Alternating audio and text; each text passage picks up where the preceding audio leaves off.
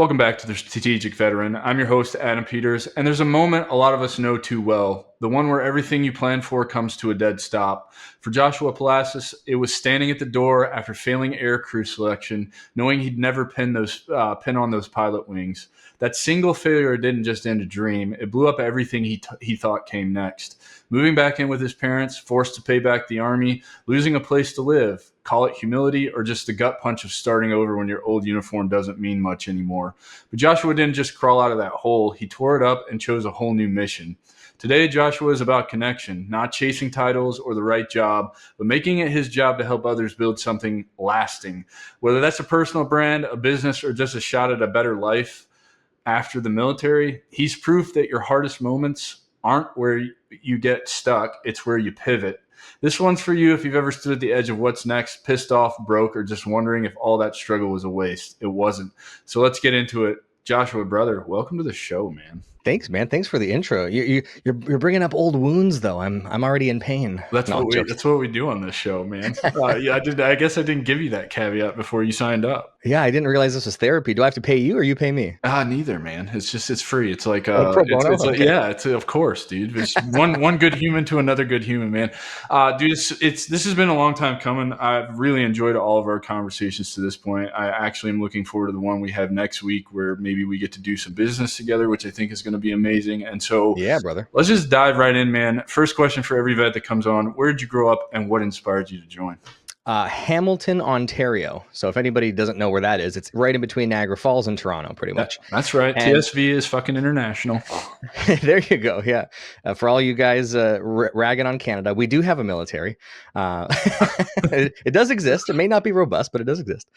Yeah, man. It was a mix of things. So growing up, I loved war movies. I loved video games, what young guy typically doesn't. But I never really thought I would be in it. And honestly, it started, I would say, with my guidance counselor in grade 12.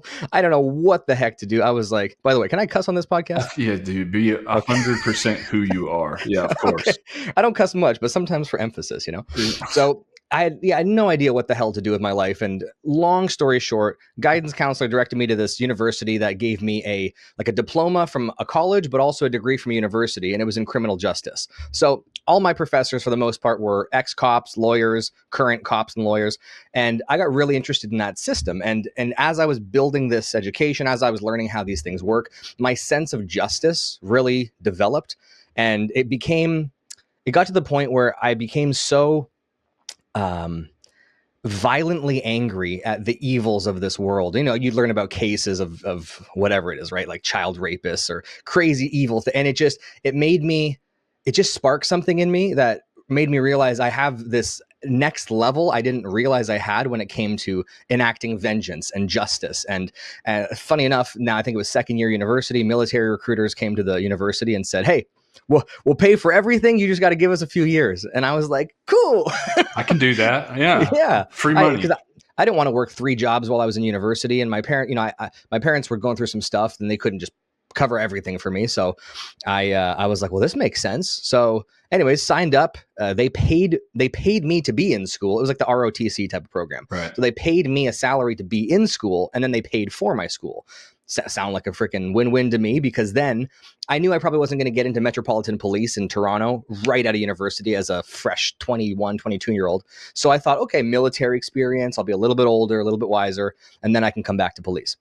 Anyways, so gave them my summers, and then once I was done, gave them full time. But I mean, do you want me to get into like why I got out, or should we get there? We'll get there. Okay. We'll get there.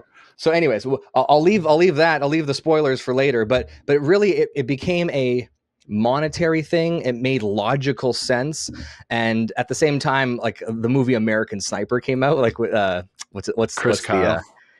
Chris Kyle, but who made it? Clint Eastwood. Yeah. And people rag on that movie or whatever, but it was things like that. It was watching Band of Brothers, stuff like that really, again, fired up that sense and that need of, I want a brotherhood mixed with my new sense of like vengeance and justice. Right. And I just thought, you know what? Military makes sense. And then we can get into this after, but I thought if I was going to do military or police, it was never going to be just a soldier or just a beat cop. It was going to be SWAT. It was going to be special forces. It was going to be something deeper and we're more going to intense. climb the top of the mountain. Right. Yeah. So anyways, that's what got me there. I love that you talk about kind of, because I was very much in when Band of Brothers came out, and when that movie American Sniper came out, and I hear what you're saying about that sense of brotherhood, because I had already been deploying by the time that stuff was coming out, right? So Yeah. I can already really relate to it on another level. So to hear you talk about it and that being inspiration, it's like, yeah, I could definitely see that, because I think it kept a lot of us guys in.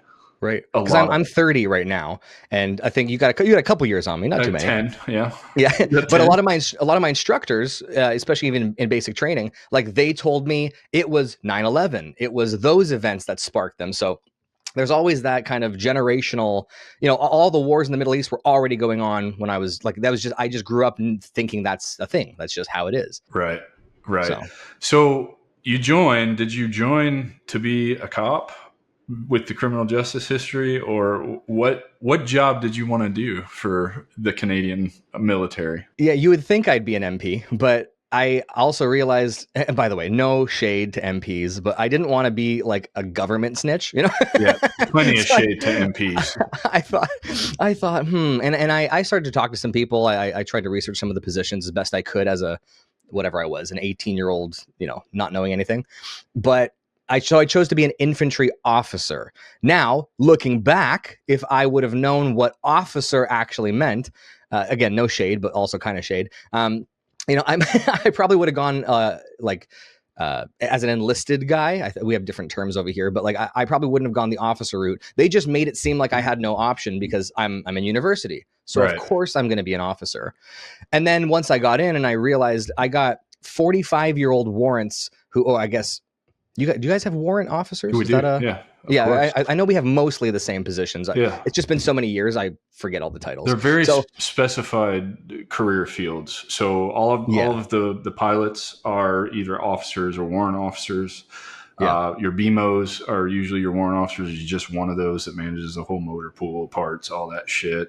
There's, I think, some logistics guys. There's not a lot of warrant officers, at least speaking from the Army side. I don't know about the rest of the branches, but they're like ghosts. It's like the position everybody wants, because you never see a warrant officer. They're never responsible for shit. They do whatever they want, and they make quite a bit of money. So, well, okay, there was this one guy, and honestly, a solid dude, badass. He looked like Josh Brolin, like 100%. He was Thanos before Thanos was a thing, but he was, probably 45, something like that, whispering in the ear of our 25-year-old, commanding officer when I was doing some more intensive military training in Gagetown, New Brunswick. And by the way, the officer, dude was fit, dude could, handle himself. He was good, but like, you're like 25 years old, and then you got a 45-year-old who's really in charge. And I always thought that was so backwards. Like, why wouldn't it make sense to like earn your career stripes through actual experience, and maybe you earn the rank of officer rather than go to university for a gender studies degree and now you're an officer? I'm so glad you're bringing this up. Maybe it's a hot take, but I think it's ridiculous. Not a hot. I think this is.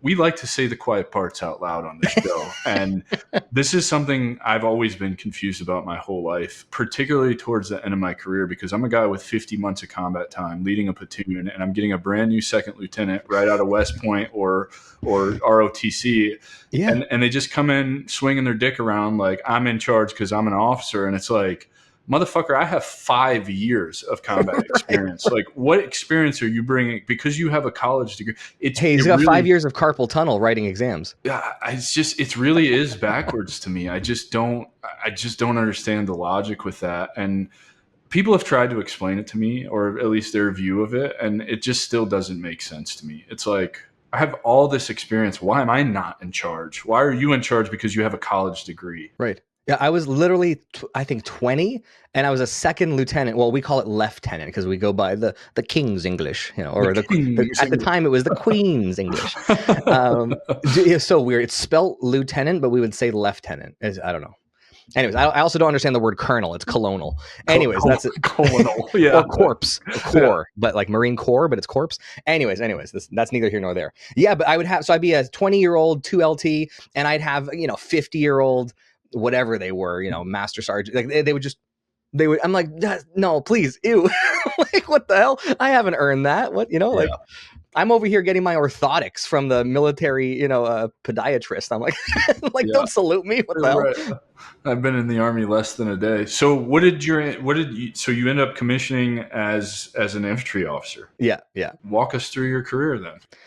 Very brief. I only say that I'm a veteran when it comes to like Chuck E. Cheese, where I can get a discount. You know what I mean? But I'm not putting it on my license plate.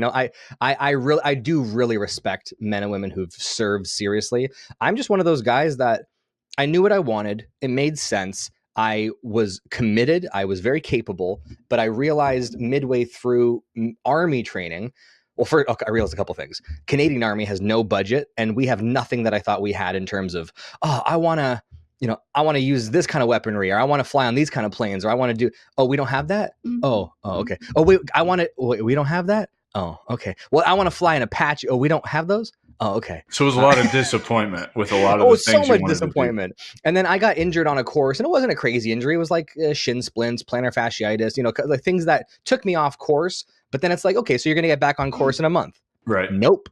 No funding for that course until the next year. So I'd be on what's called a PAT platoon, which was like, for the actual guys on course or for anybody else on base, you're sweeping floors, you're picking up bullet casings after a range day. You're just doing grunt work for a year in, by the way, Google Gagetown, New Brunswick. Excuse my French, but it's in the buttfuck nowhere and nothing's around. You can't just leave on a dime to go see my family across the country. You don't make that much money.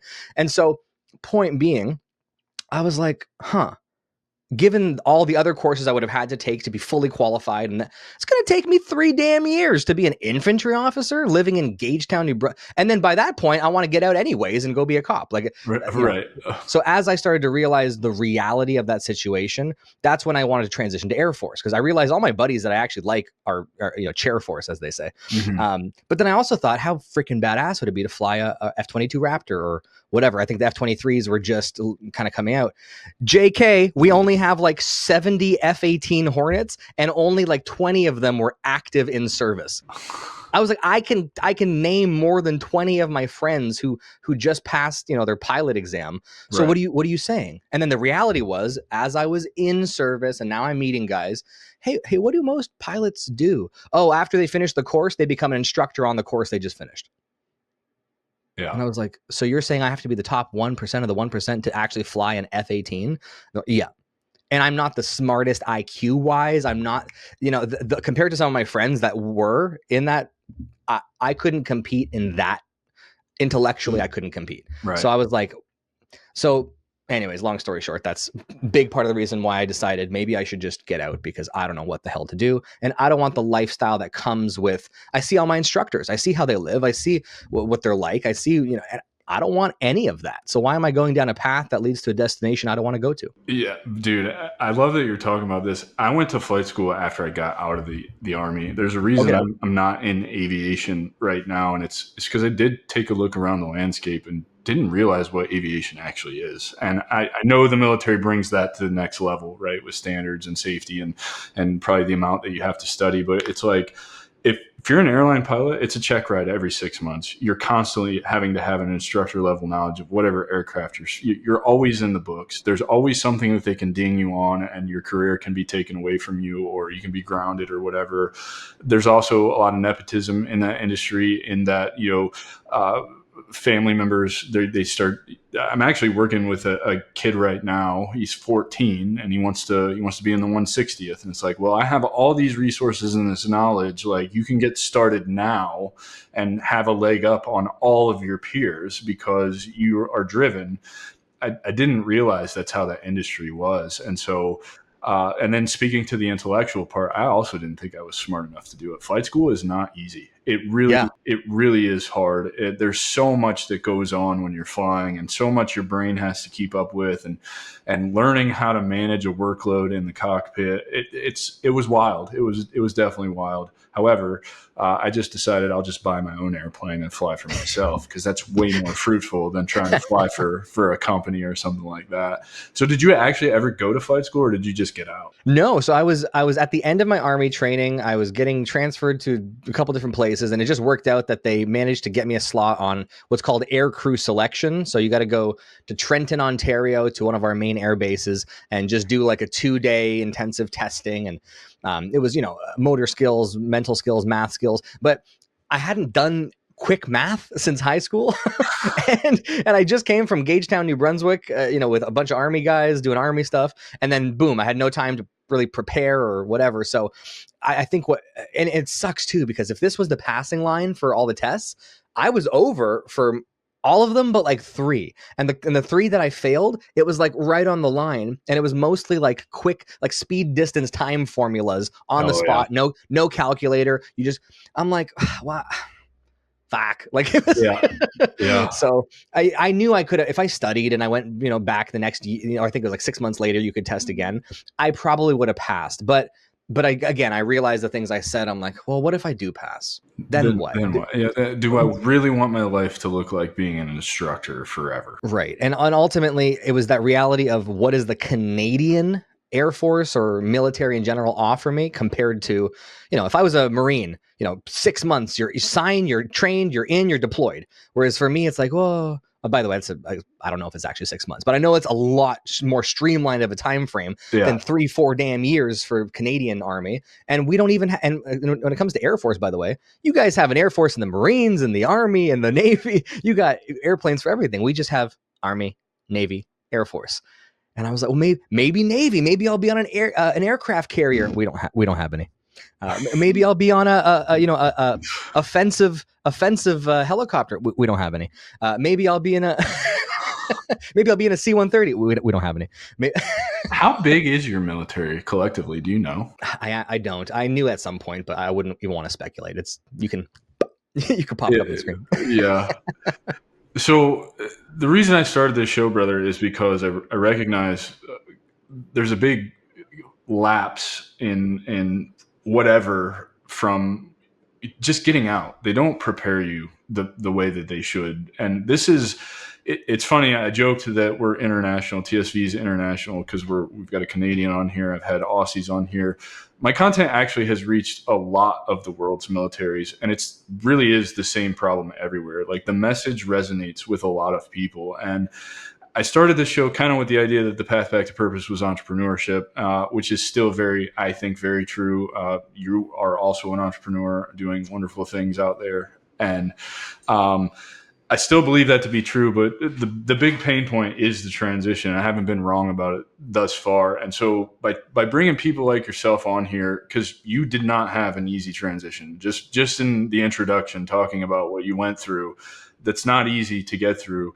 And I think this can serve as an example to that person who is like me at rock bottom, ready to take their own life because they don't feel like they fit in, or they don't feel like, they feel so alone in what they're thinking, feeling, and going through, that stories like yours and mine and the other 155 that have been on here have told that really helps you relate. So I want to push on your transition. What was it actually like for you? What were the pitfalls? What were the challenges? What were you thinking and feeling when you went through this? Because you didn't actually even complete any training, right? Like it was kind of you're in and then all of a sudden you're out. And I'll let you tell the story, but I'm sure it came with its own set of challenges. And I think they're probably not unique to you. Somebody somewhere has gone through that and needs to hear this. Yeah. My transition, like male to female, you mean? Or yeah, that one. Yeah. Also, I looked it up on ChatGPT quick, so give or take a few numbers, I guess. It seems like we have roughly 95 to 100,000 people, members in Canada in our armed forces, and that's across the reserves and reg force. So I'm surprised it's that much. Not actually. A lot of people. No, it's not. And I think it said, and the reserves are about 30K of that. So a third of it are reserves. And by the way, I know a lot of guys in the reserves. I mean, some of them are awesome. Yeah. Most of them it's the weekend warriors, right? Yeah. I'm sure you guys call them the same thing. We do. Yeah. Yeah. Yep. God bless them. And then we have the National Guard. We call the nasty girls because they're even worse. Amazing. Yeah, but, I would hear stories of infantry guys that would get out and they would go to the Guard and they're like, dude, I cannot fucking do this. I want to rip my hair out every single day. These people have no discipline. It's a completely different world. And I'm like, it's an infantry unit. It's in the Guard. Like, what did you expect? Yeah. Yeah. Often I think we have this expectation of just absolute pure, like, discipline, respect, like authority. And then depending on, I'm not that some units or some organizations don't have that, but I think it's very disappointing when you find you enter. It's a stark contrast from active duty Yeah. to the National Guard or the Reserve, Yeah. for sure. Yeah. But anyways, yeah, when it comes to the transition, I'll tell you, when I drove back that weekend from aircrew selection, because they tell you right away, they tell you on the last day if you passed or failed, which is at least you don't have to wait. But dude, I was bawling my eyes out in the car. It was like a 3-hour drive home, and I was just, because it wasn't because I was sad I failed. It was because this is the end of an era. Like, I knew that I couldn't stay in. I knew that this was not the path for me. And then I started to ask myself the same question about police. I was like, well, same idea. If I stay in, do I want the lifestyle, the results, the income, the time freedom or lack thereof, the family life? Do I want that if I was in the police, or if I was? And the answer was no. And especially when you can Google your salary in 50 years, and it's pretty depressing, right? Because if you're like a public servant, right, you can Google typically what the, so I was like, well, that kind of sucks. so anyways, yeah, man, I really had to humble myself, because I already had no friends at that point. I pretty much got rid of everybody for various reasons. So I was now failed in my life. It felt like I'm not even going to pursue the career that I just studied 4 years for and hated the last couple of years of my university anyways. So I was like, if I don't have a job, I can't pay for my place. And so I got to move back home with mommy and daddy, and I don't know what to do. And it was just like everything was just crashing down. Well, didn't the like, Army hit you if you have to pay them back now? Well, yeah. So they paid for, let's call it 50K of schooling.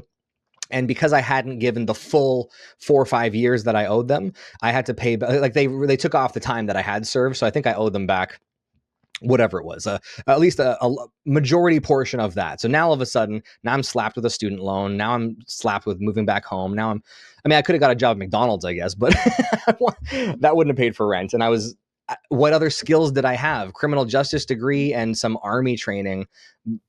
But I'm not going to get an engineering job. I'm not going to get so now it's like, well, do I go back to school? I don't know. And anyway, so I moved back home with my folks, and for whatever reason, I just started watching a bajillion YouTube videos of, Gary V and, what was the one guy? Russell Brunson and fucking ClickFunnels, man. Yeah. Dude, that was my first little affiliate thing. I was making like $1,000 a month at the time, which was crazy for me because I had a few affiliates under me that were, on ClickFunnels, and I used it as well. And I tried to get some clients. I tried to get my orthodontist on a marketing plan. So I started a little marketing agency from my bedroom and learned a lot very fast. I literally didn't even sleep some nights. I would just stay up for 24, 48 hours and just learn. This is good, man, because did you know anything about marketing? No, nobody in my family is even a business owner. And this is my point right now. And what year was this when you got out?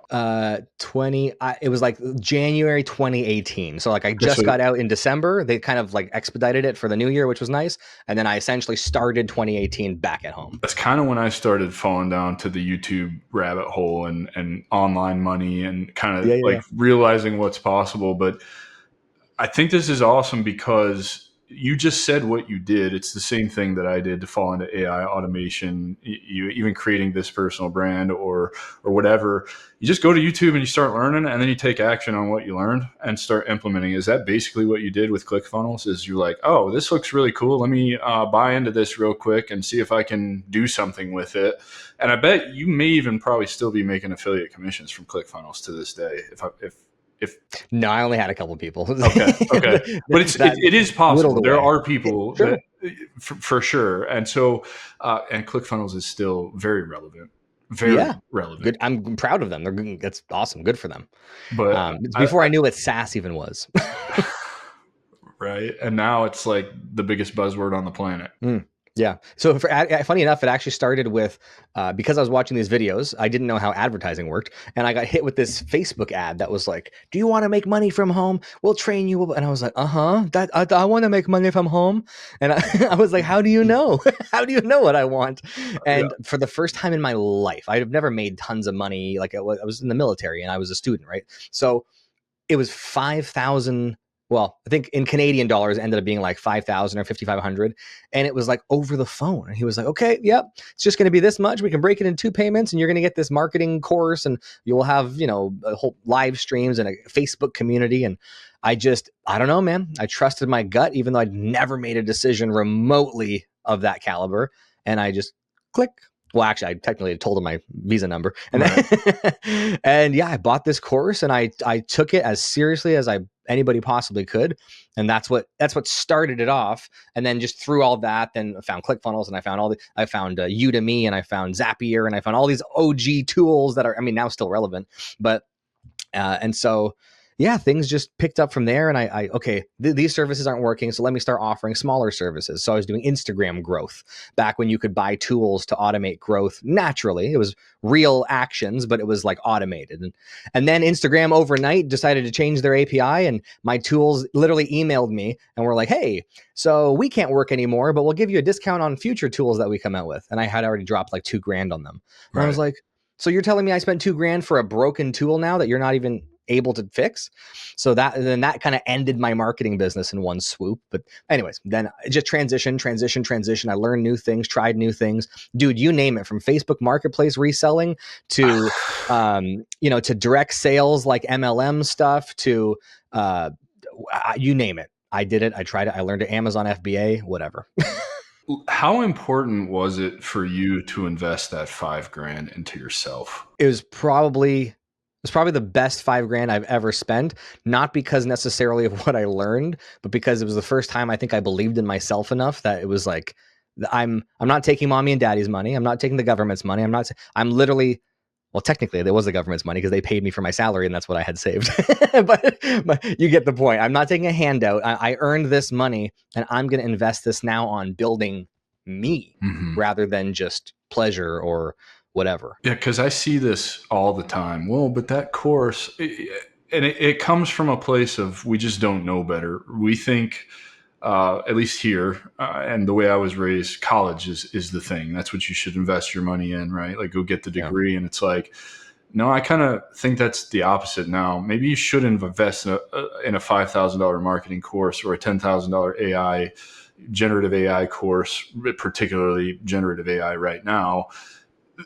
These more non-traditional courses and things that are just put on by regular people like you and me who have knowledge that want to share our knowledge and unlock secrets for other people.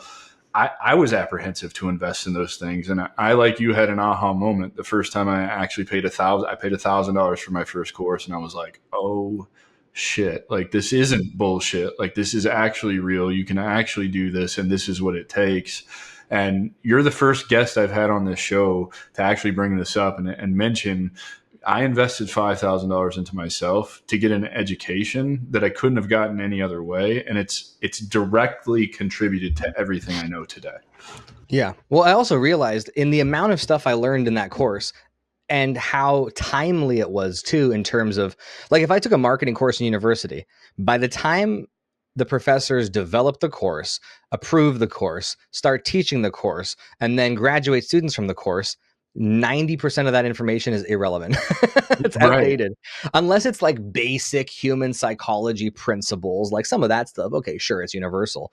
But if you're teaching Facebook pixel, placements or how to do proper SEO, and you take that course in 2019 and you think it's relevant today, nice. You got another thing coming. and so then I realized, and so this is then what sparked the journey, which has led me to where I am today, of rather than looking for the right business model and for like a shiny opportunity, I realized, okay, if I could just meet people who already live the life I want, they already have the result, I can just reverse engineer what they did if they're willing to mentor me. Because, dude, if you paid me $500,000 in perpetuity to go shovel horse shit for like 3 hours a day every morning, and I got to wake up at like 6 a.m. to go do it, 5 a.m. even, but you're going to pay me $500,000. So for me, and the reason I use that example, I realized that there's a level of, no matter how ugly or gross or like, I don't want to do it, the work is, there's a level of reward that makes it worth it. Yeah, now I'm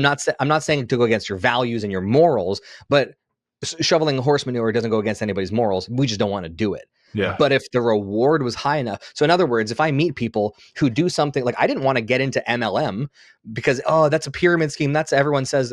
But the people I met that had crazy lifestyles, they actually had really good character, and it made sense for that season of my life. And the man I am today, a lot of my ability to communicate well and sell and all this stuff, I forged that in that space with good mentors and good people. I'm not doing that stuff currently for certain reasons. Economically, I didn't see it really moving me forward where I wanted to go. But my goodness, was it a great testing ground. And for all the people that called me, said I was in a pyramid scheme or I was doing all this kind of stuff, it like helped build my resilience and it helped me handle no's better. And so every step in the right direction every step forward towards your goals is a step in the right direction, regardless if it doesn't make sense to other people. Dude, and you're hitting all the key points that I say. First one, invest. Well, I'm reading your notes. That's why. Right. Yeah. The notes that I didn't send you. Right.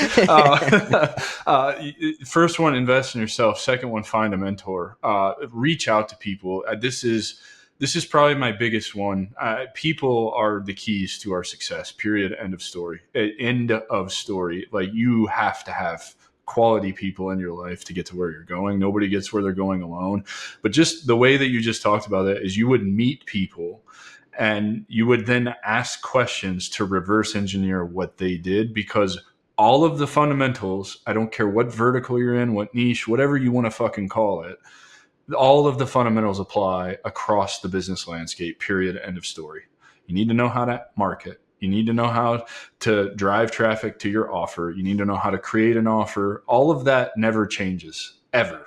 It's all the same process. And so I tell veterans this all the time when they're getting out. They want to go to these networking events and network with people. And I hate the word networking. It's like, no, you need to build relationships with people. And how you can do that is by being curious about what they do, because people love to talk about what they do. They love to talk about themselves. So if you approach people not from hey, I'm looking to get into this industry. I see that you're in this industry. What can you do to help get me in this industry? If you flip that around saying, hey, I'm thinking about getting out of the military and getting into this industry. I see that you've been in the industry for a long time. I'd like 30 minutes of your time to pick your brain and find out what the day-to-day is like in this industry. That person, 10 out of 10 times, is probably going to give you the 30 minutes and probably even an hour to just talk about what they do. They will vent. They will tell you the good, the bad, the ugly, and the indifferent. They will not hold anything back. And now you have a seriously strong connection that you can leverage, maybe to even get a job in that company if you want, because you took the time to actually appeal to their own egos and let them talk about themselves. I've got so many mentors that way, just reaching out, being curious. And they're like, I like this dude. Let me help him get to where he's going because he's curious. And has that been your experience also? Yeah, 100%. And to kind of go on that as well, I always tell people, actually, I've told a lot of my friends getting out of the military too. Like, I don't know what to do now. What do I like? What do I want?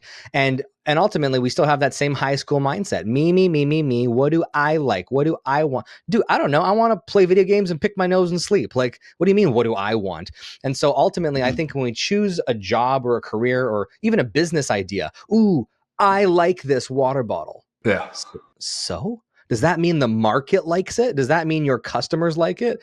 And if you want to be an entrepreneur, if you want to be truly successful, I really, really believe this, and I think you probably agree with me, that you have to figure out what works, what is needed, and ultimately how you can serve other people. So I don't look at my life now as, well, there's two elements to this. Is I'm looking at the kind of lifestyle I want to create. I'm looking at the outcome and the goal. If I want to be financially independent, I want to be able to travel. I want money to work for me rather than me working for money. If I want to live a certain type of way, I don't get to choose how to get there. There is certain paths that lead to that destination. Whether I like the path or not is irrelevant. Either I get on it or I don't. If I want to choose what I do, then I can't choose where I go. If I want to choose where I go, then I have to do what's necessary. And then on top of that, when you actually determine, okay, I'm going to start a business because I want to get to this place. So my business is going to be water bottles. Well, again, hold on. You don't just get to choose any niche fun activity. You have to do some form of market research. You have to find if there's a need, if there's a demand. I like this camo pattern. Well, but look at your sales. That's the least sold one on the website. So it doesn't matter if that's your favorite. Yeah, but I'm discounting it. That's even not worse. the point. Yeah, Even worse. Exactly. So you have to get out of this me mindset and ultimately look at, if you have a family, if you have kids, if you have people you care about, what is the life you want to build for yourself and for them? And then, is this business going to get me there? Oh, definitely not. Well, then that's the wrong one. I think it's easy to choose what to do when you are very clear on where you want to go. And then again, it comes down to being more specific about what kind of business, what kind of things. And that's where I think a mentor really can help clarify that path. Because like, hey, you have the kind of lifestyle I want, and you sell what? You sell cattle, saddles. Like, I would never think to start a business selling saddles, but you guys make, $1 million a year selling saddles, and you're very profitable in it. So can you teach me how to get into saddles? 70% margins on $1 million a year, bringing in Sure. $700K. That's fine, right? Like, yeah, I agree with what you're saying. I think I would add to that though, just you definitely need to be interested in it. You can't just start any business, right? Like, if I hate fucking cooking, I shouldn't go and start a restaurant business. Fair. Probably not a good idea for me. Not that I couldn't be successful, because I'm absolutely not saying that. I'm just saying that if you go and you start the wrong business and you're really not that into it, or it doesn't resonate with you, or you're not quote unquote passionate about it, what will happen is, you may end up wildly successful, but you're going to be just as miserable. Sure. And I see it. I saw it earlier this week with some of these business owners I was at an event with. And, one guy owned 50 franchises. He's down to 18 now, because he realized, like, I made it to where I wanted to go, but I was completely fucking miserable. Wrong business model for me. Sure. Doesn't mean he wasn't successful, wildly successful. You have 68 franchises. That's pretty successful. You know what I mean? Yeah. And then you sell 50 of them off, so you never have to work again. You're down to 18, and your life's a little bit better because you've learned how to manage it. Maybe he's not quite as miserable anymore, but to hear somebody like that say, I wish I would have spent more time picking the industry or the niche I was going to go into so that it resonated with me a little bit more. Maybe I wouldn't have made as much money, but I'd have been way happier. And ultimately for me, that's what it's about. It's about being just genuinely waking up every day and enjoying what I do. It's not work to me at this point, and it's still work. Of course, it's still work. It's not like you don't have that sinking feeling in your stomach when you wake up every day like, I have to go to work. It's like, oh, I get to go to work. I get to talk to Joshua Palassis on an hour-long podcast today, and then I get to talk to the next veteran after this recording and see how I can give them advice, because they're about to retire in 6 months. And that's fun, right? Like, that doesn't get old. Yeah. Well, and so I agree, but I'll push back a little bit, because the mindset that I have is, it's like this, right? So I was just giving this example the other day to my friend. We were talking about stepping stones, and I think of like just a lake full of mud. And ideally, if you have a mentor, they've already put a few stones down, so you can avoid the mud. But a lot of times, those stepping stones are actually into the mud a little bit. So a lot of times you got to jump in the mud, you got to get dirty, and then as you're looking around, as you're struggling, oh, there's the stones. Now you can get on and walk on the path that's already been carved, and then eventually that path is going to end. Oh, I think we froze.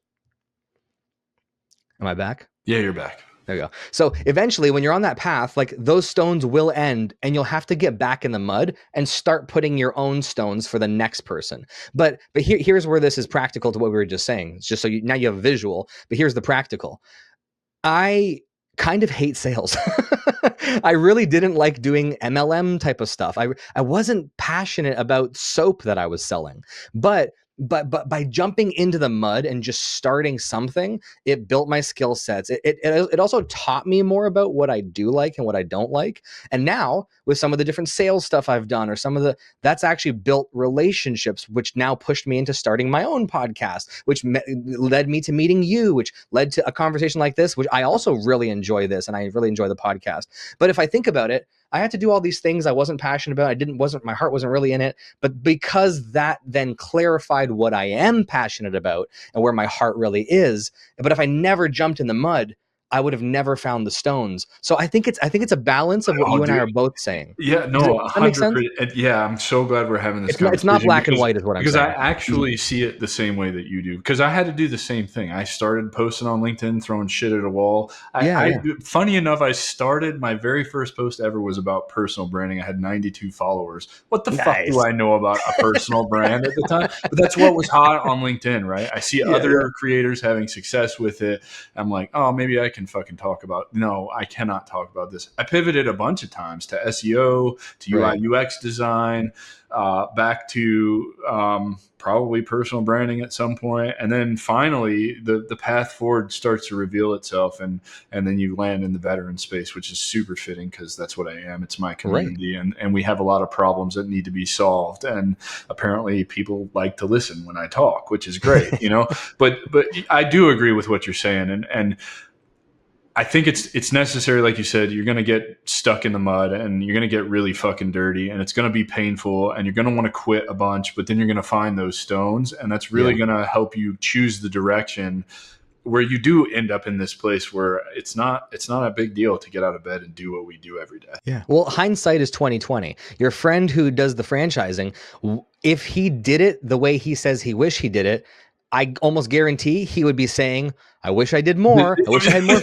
So now he knows what he values the most because he's done a certain amount. But guess what? Because of what he's done, he now has the privilege and the capacity and the network and the relationships to now scale down and focus on his family or focus. So I think a lot of times we look back and we say, well, I wish I would have. Yeah, but if you did that, would you have just wished you did more? Would you actually be bitter towards your family because they kept you back from being more successful? So I just think, whatever you've done got you to where you are. Be grateful. Yeah, we could have done things differently, but we have the perspective we do now because of what we've done and where we've been. And like you said, you just got to jump in the mud. Yeah. No regrets. No regrets. No regrets. So we've got like 19 minutes, 18 minutes. Oh, by the way, here. I bought us another 10 minutes. Sweet.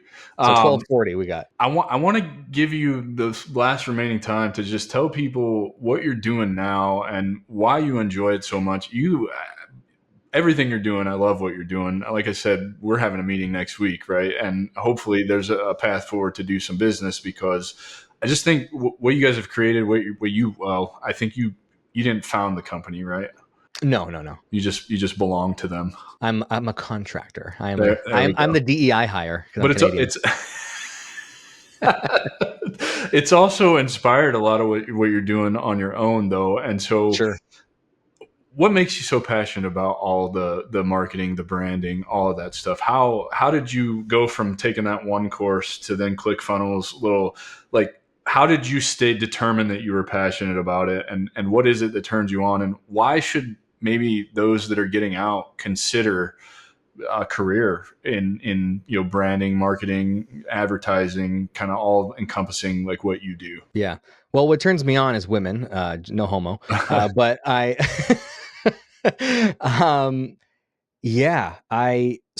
this is not my company that I'm working with currently. Everything I'm doing right now, I'm an independent contractor / consultant. So I'm not employed. I don't have a W-2 or we would say a T4 over here, but which kind of is this new economy. Like a lot of companies, especially tech companies or remote companies, they're hiring contractors because they also, like the guys I work with, value the fact that I'm an entrepreneur. They don't diminish it. They're not mad I have a podcast. They actually love that I started a podcast and they want to help. And like you're a client of that company. Yet I've talked to, Nolan, our CEO, who we're going to meet next week. We got to talk about this after, but he actually was in Buds. He did Buds training. Nice. Yeah, he's a badass. He's such a cool guy. Anyways, that being said, though, I straight up told Nolan a little bit ago, I was like, hey, man, I just want to make sure there's no conflict of interest. Like, I don't want to snipe any clients from the company when it comes to like getting them on my podcast. And he's like, hey, man, just maybe like wait a week or so, just so, so it's like, let's figure out if we're going to do a deal with them first or whatever. And then Yeah, I mean, you're building their brand. They like you, you're friends. It's a good step in the right direction for them anyways, and it's aligned with what we do. So the fact that like the CEO of the company I'm working with is my friend, but also encourages what I do, and it's so symbiotic, it's like it doesn't feel like a job as much as it is an aspect of building my business and my brand. So it's just very aligned in that sense, which I love, because you're not going to find many jobs where they're actually, and Nolan actually told me a little bit ago, he's like, hey man, you're not going to be with us forever. You're going way beyond this. So I want to make sure that when you look back on this time that you've been working here, that first of all, you'll have a good relationship with us so we can, be friends, partners, potentially business partners in the future. Like he recognized right away that I'm far beyond just a contractor for the moment. And that meant a lot. It's like, okay, I want to work with you and for you right now because you believe in me. And so anyways, I imagine there's an element of mentorship there too, right? Oh, dude, you know who Alex Hormozi is? Of course. But I don't know if he'd be happy with me sharing all this, but Nolan's such an awesome guy. He doesn't talk about himself enough. So Nolan was Alex Hormozi's only in-person employee for like the first 3 years of building. I think it was Gym Launch. So he worked and was like in the tutelage of Hormozi for years. A lot of Hormozi's early stuff was a lot of Nolan's work. So him and another guy, Derek, were working with as well. Both of them work directly with Hormozi. And now I get to talk to them every day. We do sales trainings. I bounce things off them. They value my opinion. I value theirs, obviously. And it's helping me craft my speech, my verbiage, my sales skills, my process, my mindset. So, and it's just funny. So you said, what are you doing? Why are you passionate about it? How do you get here? How do you get here? It was a lot of crying. It was a lot of prayer. Yeah. Dude, I was so broke for years, just bouncing between different things. I did every gig job you can imagine: Uber Eats, Amazon deliveries, whatever. Some of the business stuff I was doing just wasn't working out. The economy went to shit. COVID happened. Couldn't find a job here in Canada for like 3 years straight. Applying all the time, every week, applying to multiple jobs, meeting people in person, online. Nobody can hire me. I have friends in the government. Hey, can you get me a job in your department? Well, we just let go of 400 people. So no, sorry. Oh, okay, great. So struggling to find my own stuff, doing all these contractor jobs, and then not even be able to get shifts with the contractor jobs because Canada's brought in so many freaking Indians, like from India, and they now have all the jobs, all the basic jobs. They do all of it. And no shade to the Indians, but like, it sucks for Canadians because companies are subsidized, or at least I don't know if they currently are, but some companies were subsidized up to 50% of their wages to hire temporary foreign workers. So of course they're going to hire an Indian student as a contractor when they don't even have to technically pay 50% of that income or of their income out of their own pocket. So Canadian guy, born and raised, university degree, military background, I didn't even get hired for a stupid job picking up stinky shoes at a pediatric company all across Ontario. I would have to drive hours and hours and hours and pick up stinky shoe donations to bring them to a charity warehouse. And they said I was too, what did they say? I was too overqualified. No, it was like, because I asked them, I said, hey, if other positions within the company become available, I'd like to be considered, but I'll take this for now to get started. And they said I was like too, not ambitious, but like too excited. I was like, what the hell does that mean? Like, holy crap. And so What are you supposed to be nonchalant about the fact that like I'm about to get a job for the first time in 4 years or some shit? Yeah, I'm excited. Like I don't care if it's like picking up shoes. I just need work. And it's not like that job would have even paid for rent. I would still have to live with my parents. Like it wouldn't even cover the basics, But and so, anyways, my point being, I struggled for so long while trying to make my own independent stuff happen, but still realizing in the back of my head, it's going to be about the relationships. It's going to be about the relationships. One right person I meet could change my life, because I also knew I had value, because I would meet entrepreneurs and CEOs and they would say, oh, you're going far, kid, or, oh, you got a special spark about you. And they would say this stuff, but then they would have nothing to offer me. They couldn't give me a job. They couldn't give me a mentorship. They couldn't. And so I'm like, I can't be getting this affirmation externally without seeking it and that not mean anything. And so I just didn't give up, man. And I met some people. So I met a woman, Sophia. She's actually episode 4 of my podcast. She really, really helped me out. She gave me a chance to start doing some like appointment setting for her. And I did it for free at first. Just sent her some awesome leads. And she was like, oh, do you want to like set for me more full time? And I wasn't even getting paid for bookings. I was just getting paid per close, which, I barely made anything. But it gave me an opportunity to show her my value, my skill. Then she actually used me for some of her clients. And then I actually started running an account for this company, Brand Alchemy, and I was doing all of their social media. Brand Alchemy is now the company I literally am the face of every single client meeting. If you come into that company from the website or from a DM or something, you go through me first. And so, and then I actually started working with Brad Lee, if you know who that is, and one of his sales teams. But I then, because I was working for Sophia, running the account for Brand Alchemy and working for Brad, and then talking to the Brand Alchemy guys, I was like, hey, do you guys want to build courses? I can actually get you connected to Brad Lee. And then they were like, really? And so I got them with Brad Lee and the guys and Nolan was there as well. And we were in a Zoom chat with Brad. I have a photo actually. And they were actually, funny enough, kind of roles got reversed. They were going to sell Brad on a few things that he was interested in. Long story short, that didn't work out, that deal, but that's what sparked, who's this Josh guy? He's getting us in the room with Brad Lee with millions of followers, and then started working with them slowly in their DMs, and they're like, oh, this guy's more than just a DM setter. And then they put me on some calls, and then they put me. And so my point is, did I want to do DM setting for free? No, but that led to trust, which led to relationship, which led to, so this that's all been the last year, by the way. The last year has been wild, and my capacity has grown so much, and I've learned so many skills so fast. But also, that's being an entrepreneur, is you get paid to solve problems and just be adaptable. And I love your journey too. Sorry, that was like rapid fire. No, it's so good though, because what you're talking about is, and you said this to me in our meeting yesterday, you're a connector. I'm also a connector. And I've had people for the better part of, similarly to you, the last year, like, hey, you really need to lean into this. There's lots of money that can be made just by being a super connector, is what they call me. Yeah. And I'm sure you've been called that at the same time also. And it's cool because I do a lot of the same thing that you do. I introduce people to other people that get large deals done. And then they come back to me like, hey, do you know anybody else who can do this? And it's only a matter of time before that starts to pay off in the form of money, right? Like, these deals are getting bigger and bigger. And I'm starting to see how valuable, like, I am as a person, and being able to just build relationships and connect people. There's so many ways forward, is what I'm telling people. That's what I want people to understand, is like, it doesn't just have to be about marketing or branding or advertising. Like, you can set out with that goal, but you can discover things about yourself, skills about yourself, that you can then leverage to go anywhere, get you in any room, open any door. And let me tell you, when you do unlock that for yourself, what a cool feeling it is. Yeah. Well, and it's cool having this conversation with you, because based on everything I know about you and based on this conversation, I think you're probably a few steps ahead of me when it comes to being a monetizable connector. And that's something like this year, it's just starting to come to, because I remember like complaining to Sophia, because she would also mentor me a lot, and we'd have like our just open chats where I would just lay everything out on her, and I'd be like, Sophia, I'm always connecting people, and they're doing business together, and I'm so broke.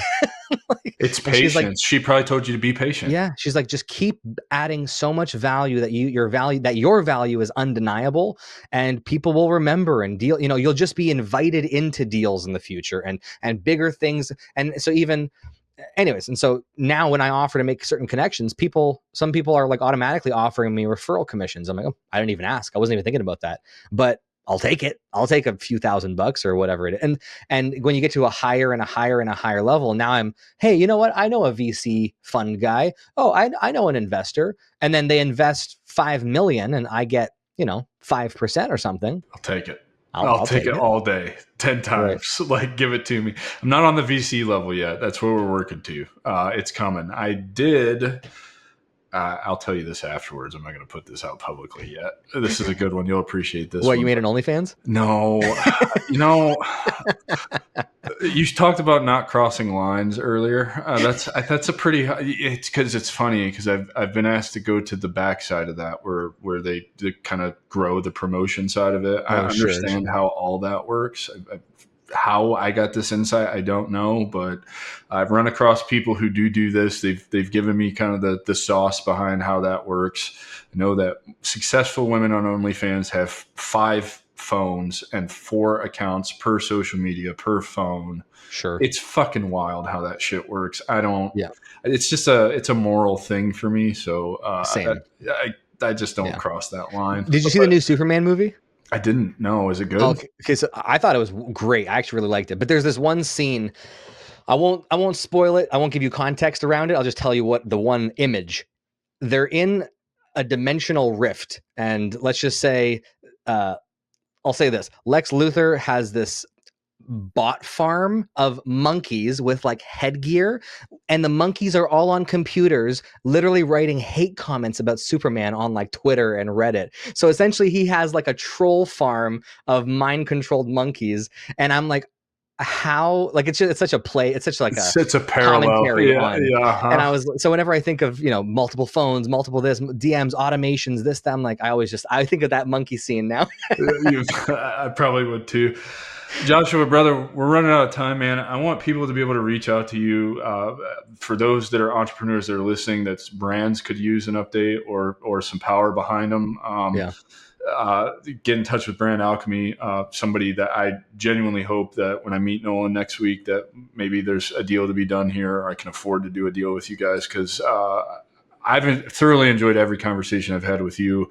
Your knowledge is incredible. You can tell that you're not a guy who's faking the funk, right? Like, there's those branding guys out there that are just bullshit. And I love everything about what you're doing. I want other people to be able to reach out to you because you are so incredibly compassionate and passionate about what you do, that I think they need to be connected with you. It's like a great resource. I appreciate you, man. Thank you. That means a lot.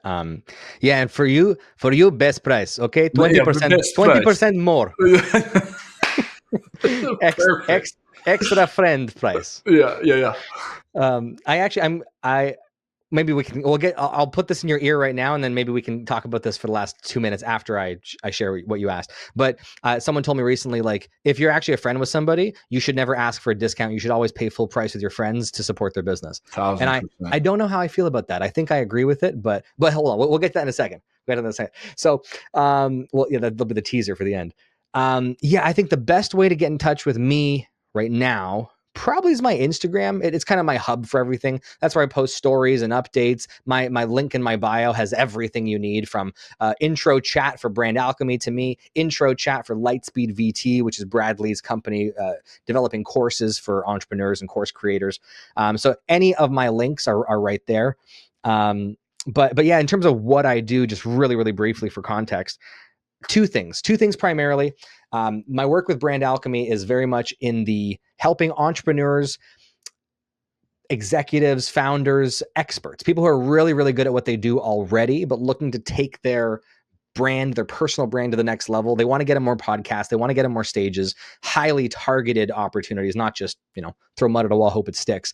We make that happen. We do brand development work, and we get them landed on these opportunities. The stuff I do with Bradley is same group of people, same type of clientele, but on the course creation side, rather than just being a platform like school, though, it's consulting that comes with course creation, and it's also interactive courses. So we have a whole adaptive online interactive software, very different than pretty much anything else. But you get the same team that's helped Tony Robbins, Damon John, Grant Cardone, the UFC, the PGA. Like, we've worked with big clients, and so your odds of success skyrocket when you don't just have a nice car, but you have a good pit crew as well. You know what I mean? So anyways, that's what I do in a nutshell. I do have my own podcast. So anybody who is actually, funny enough, all the people I work with in the same category: experts, founders, entrepreneurs, executives, people who have an awesome story to tell, like yourself. That's the kind of people I want on my podcast. I could have all my friends on there and we could just shoot the shit, but I want to add real value with people who are also my friends. So you would be of the caliber of someone I'd want on my podcast, and we'll talk about that later. But yeah, brother, I appreciate it. Yeah, it's called The Connector. And I just talk with awesome people, have raw, honest conversations like this. And so that's mostly what I'm doing right now. But like I said, Instagram at Palassis. Just think pal ass is. That's it. You don't know how to spell it.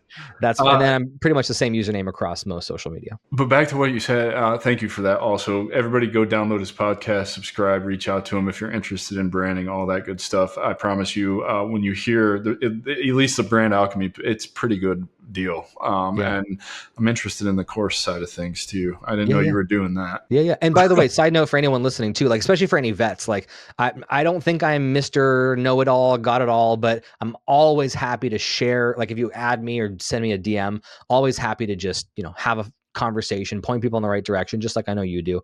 I don't charge for my time just to answer a couple questions and be a friend, At least not yet. I don't have like 1 million followers. Maybe I'll have to eventually. We'll get there at some point because time becomes super valuable when you run out of it. No, I think you should pay full price for your friends. Yeah, I just think that's the ultimate way you support. I think so. I think I wouldn't ask for a discount, but if a friend gave me a discount, different story. I'd probably. See, this is my thing. Depending on what the service is, right? Like, let's say it's a restaurant. My friend owns a restaurant, and he gives me a free dessert, or he gives me I'll take the free dessert, but I'll probably leave an extra tip for the server. You know what I mean? Yeah. Like, I'll try to make it up in some way, or maybe next time I see him, or maybe whatever my service is, maybe I can swap. But I would never ask for a discount from my friends. Same. I'm with you. Ladies and gentlemen, I give you Joshua Palassis. Please reach out, like, rate, review, subscribe, download to this episode if you liked anything that you heard here today. And just what an incredible human doing incredible things like so many other people that have been on this show.